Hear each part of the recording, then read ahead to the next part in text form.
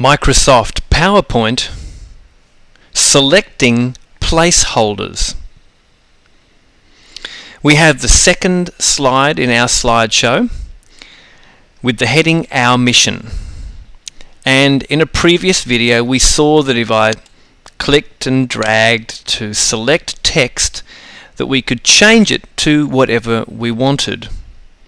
And that if we position our text cursor somewhere we could add some text as well.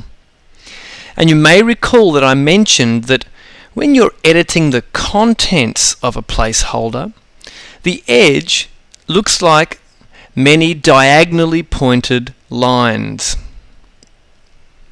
Now what I'm going to show you is how you select the entire contents of a placeholder.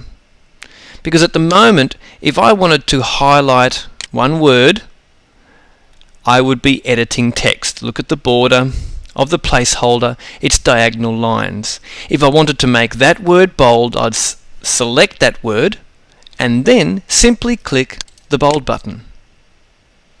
When I click away from there, we can see the difference.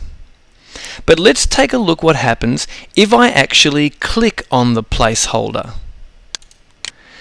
Notice that the placeholder, the outline of the placeholder, is now many little dots. You could call it fuzzy. It looks fuzzy. What this means is that the entire placeholder is selected. So if I were to press the B button, the entire contents of that placeholder is now bold. Every single word in it is now bold. It might make more difference if I show you in this bottom placeholder. If I click on the edge and make it bold, every single word in that placeholder is now bold. If I click within the text again, we have the diagonal lines as the border for the placeholder. And just before we finish, show you another way to get those fuzzy lines. If I click on a placeholder and I'm editing text, I can press the escape key on my keyboard, and I'm going to do that now. Did you notice the border went all fuzzy?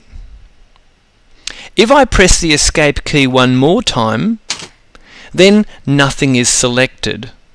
Remember, the version of PowerPoint that we're using for this is 2003, so other versions may vary slightly. But just realize that if you want to select the entire placeholder, you can click it to select it and then click on the edge, or you can click to select it and then press the escape key on your keyboard.